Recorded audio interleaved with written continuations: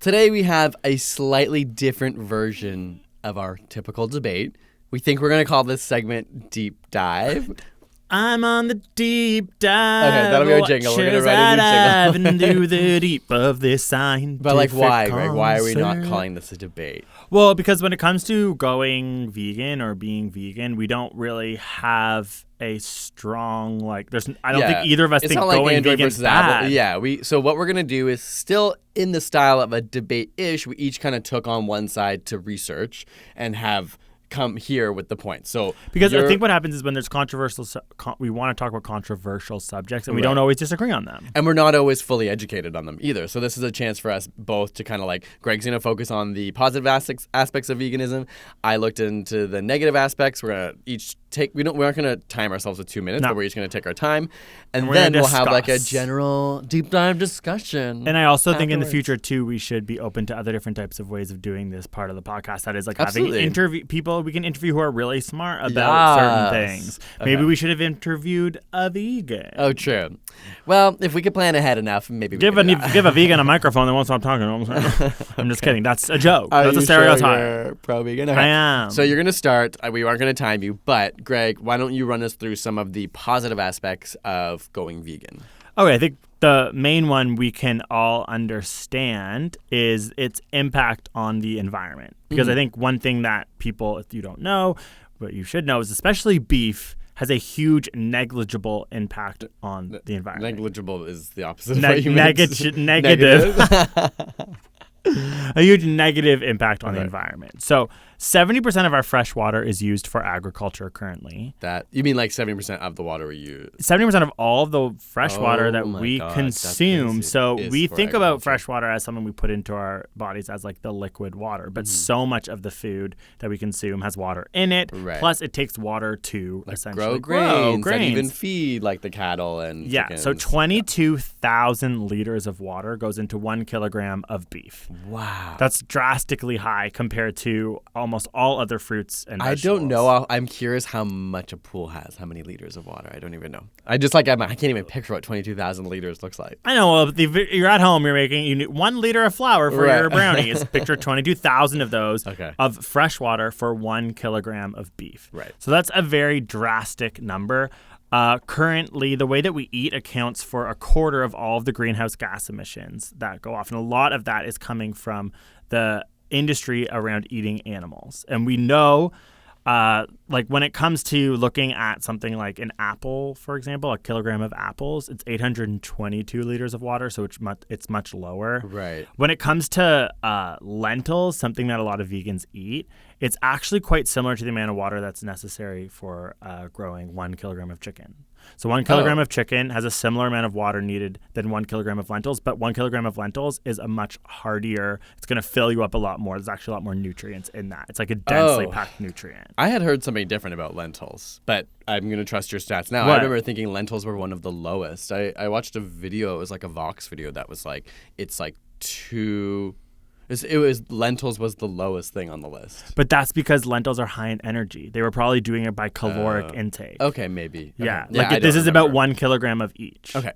But yeah, so I think that's just one of the most important things to realize is that people who are eating vegan, they are having a much better impact on the environment. Mm-hmm. And then when we go into health, a lot of the animal products that we are eating, for especially beef, there's a really strong focus on this.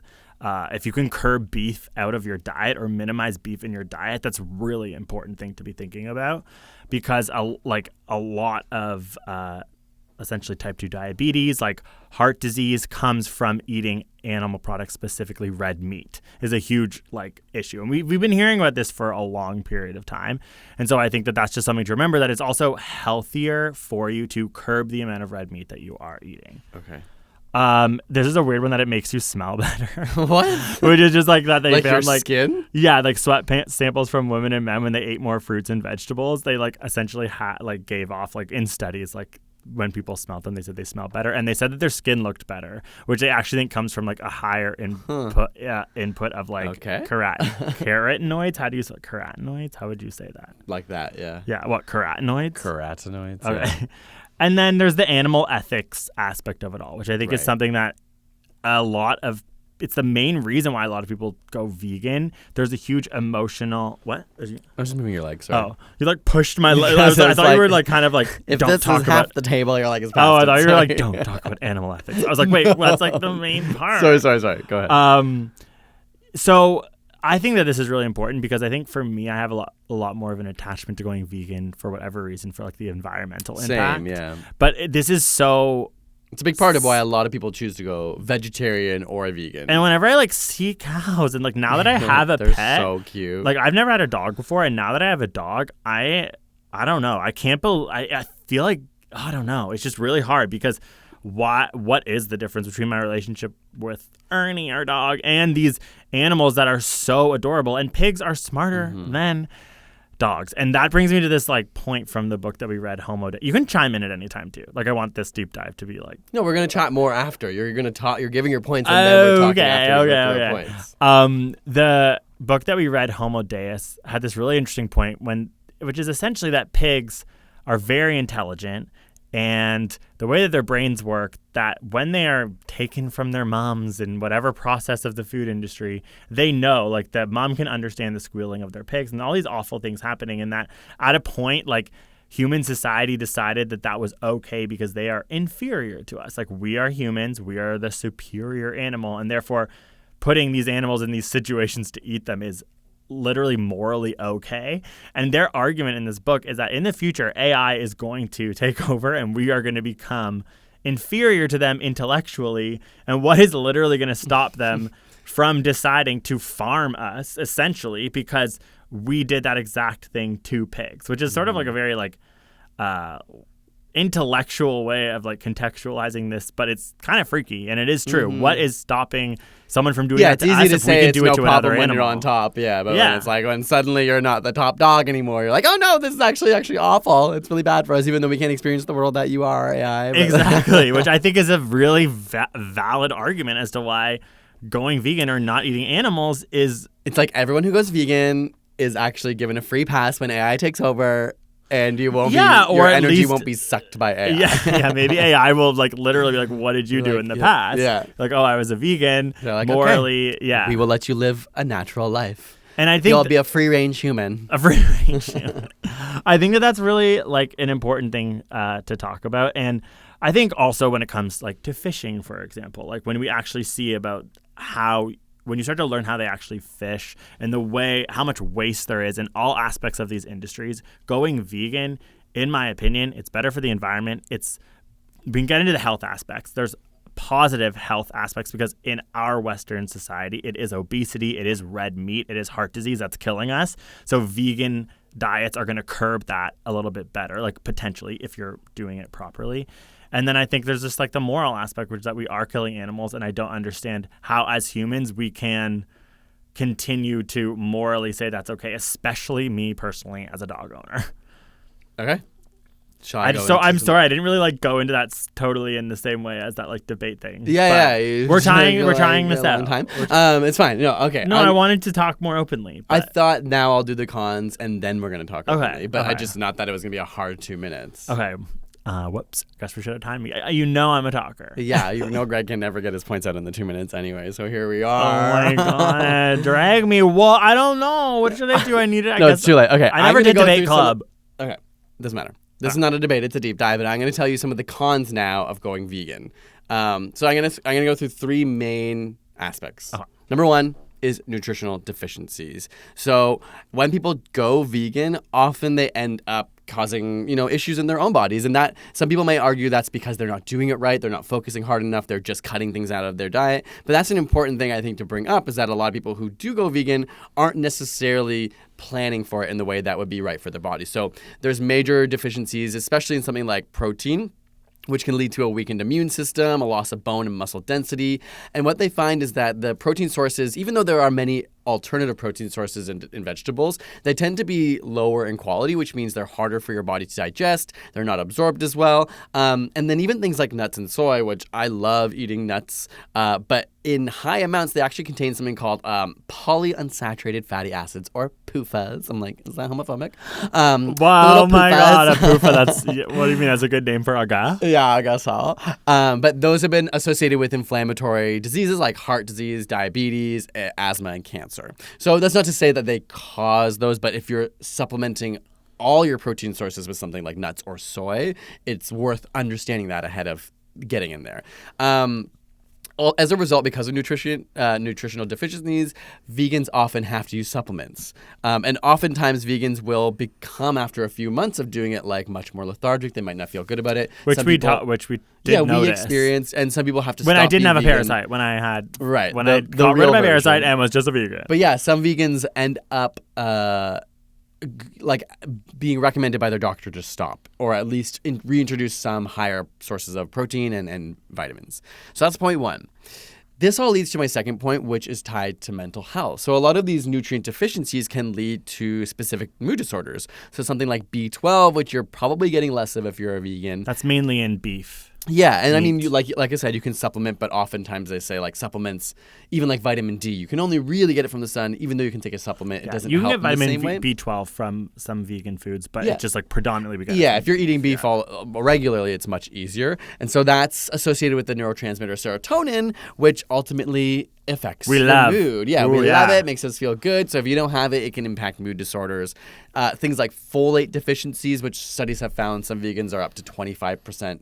Have 25% less folate in their bodies than like the average healthy human, can lead to depressive symptoms. Amino acid deficiencies are a problem with mood disorders as well. Because you get amino acids from protein. Exactly. Yeah. And then omega-3 fatty acids help maintain your cell membrane health, which can affect learning and memory deficits. So ultimately, if you're not highly aware of the different nutrients, once you go vegan, you have to be really aware of these things if you're going to commit to it. Then finally, we'll talk about the environmental issues. So no argument that going vegan has a really net positive impact on the environment. I think that's why a lot of people do it. But as a result of this trendy market growing, it's actually having a pretty specific major impact. Yeah. I wouldn't say worldwide, but two examples are things like avocados and quinoas have become incredibly popular over the last however many years that the trend of being a vegetarian and veganism has picked up. And as a result, a lot of countries who are making these products now cannot even domestically afford them. So places like a kilogram of avocados, the equivalent pricing in Mexico is that of a daily wage for a Mexican worker. Places like Kenya have stopped the exports of avocados because it's just too much, and Australia is also rationing it as well. So it's putting these new trends strain on a new strains. because I know I mentioned Australia, but often these strains like are impacting countries that are already being taken advantage of because they have the perfect climates for all these fruits and vegetables that we love. They're exotic, they're exciting. In the winter, we can't have them, and so it's nice for us to get them in. But but that's an important thing to realize. It's like, of course, if the world were decided to go fully vegan right now, there's going to be strains on obviously parts of the way that any the food industry is made. that has to. But when you think about how much deforestation is happening in the Amazon to grow cattle there, how even places like East Asia, which are now starting to eat a lot more red meat, that red meat has to come from somewhere. When we were in Japan, a lot of the red meat we were eating was coming from North America, being shipped there. Right. The beef that they would eat locally was called Kobe beef. It's really expensive. Yep. A small island, they can't produce the beef. The beef's made in America, made in South America, and that is just such a strain on the environment. And I mean, we talked about it earlier in this episode when it comes to the warming, the heat waves of the ocean, like we are in a climate change disaster currently, and the way that we eat needs to change. But you're right, we can't just expect that it's all good if you go vegan. Things like avocados and quinoa. And just being aware, I think it's important that there's not the sort of like holier than thou. Personally, I respect vegans, and I'm like, wow, I wasn't able to keep it up. I think it's an amazing journey and like self-control and consciousness that like they're thinking about these things. But I do think there's still those aspects of being aware. Like it doesn't mean you're worse because suddenly you're putting all this pressure on another industry, but just knowing that it's not like how do we mitigate those risks as well? Well, you bring up an interesting point, which I do think it bothers me when people make fun of vegans or use.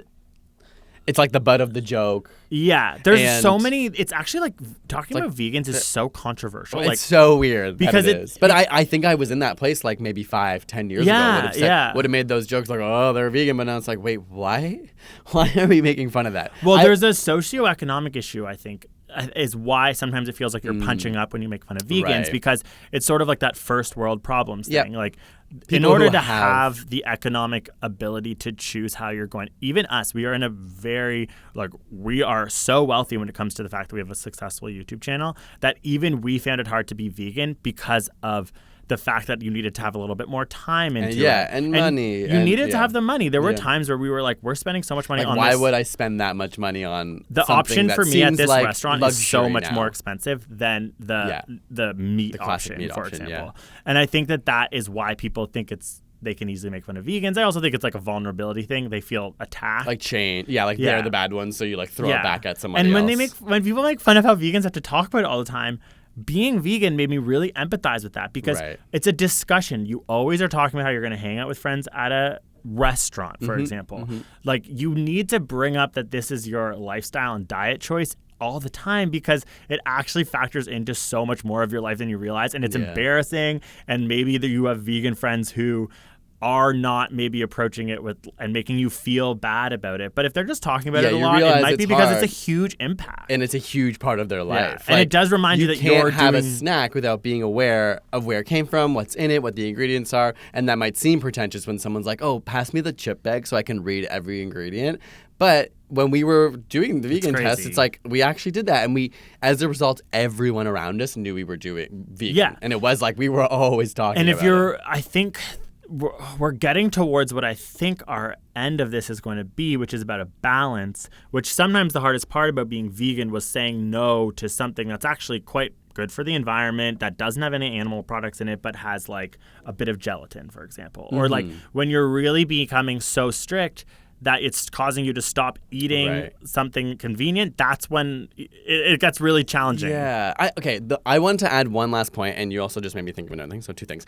One, looking between diets, like the environmental impact, vegan diet is relatively similar. It's better, but not by a lot, as being a vegetarian, which is also just a little bit better than the Mediterranean diet in terms of environmental impact, versus like meat eating completely is like a huge impact on what the do you environment. mean meat eating completely? So like people not like only eating meat, but like a Western diet. In studies, a Western diet. Like in studies, potatoes. They've said like the Mediterranean diet actually is not that far off of the environmental impact that vegan diet or vegetarian diet has. So for me, I think an important thing to remember, and we talk about this a lot, is like maybe we shouldn't always be harping on people to stop eating meat, but we can focus on like, hey, reducing the amounts of meats you eat, thinking consciously about the kinds of meat you're buying, how often every week you're having them is maybe a more important discussion to have, because it's really hard for people. It's like so culturally ingrained to have meat in people's diets that if you just say like, no, you need to literally cut it out of every meal,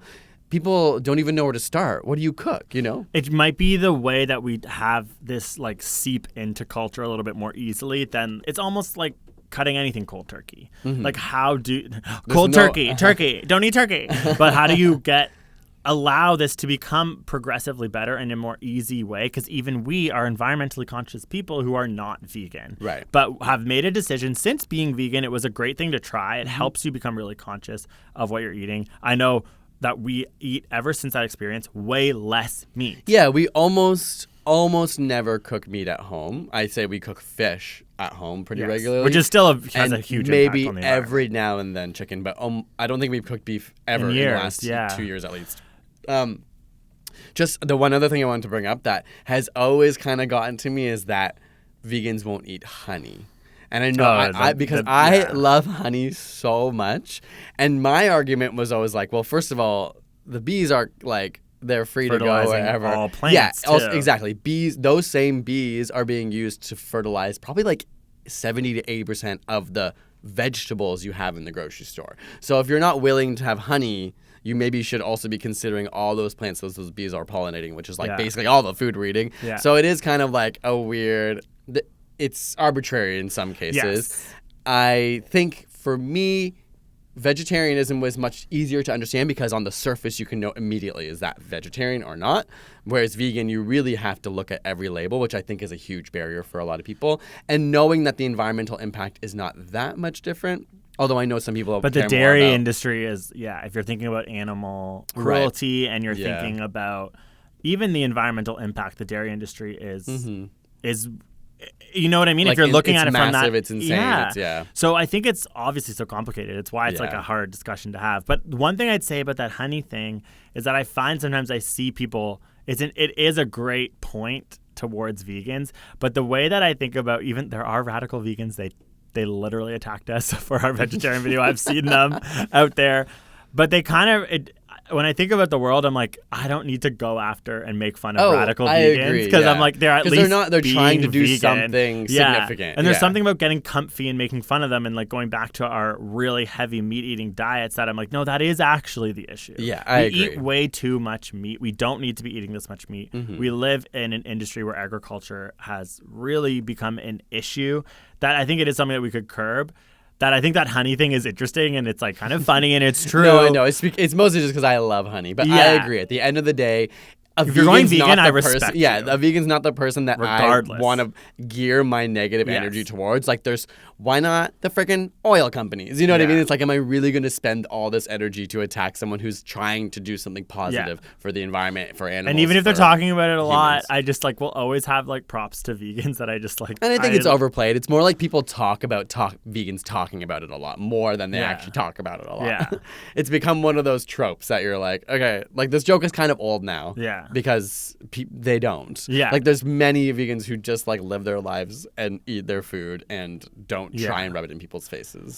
So I guess to speak from a personal place, all we can say, and maybe we can do another episode where we actually have like people who are vegan on, or like experts who can come in and talk about go into it with more us. of a deep dive. Like this could be maybe our first vegan episode.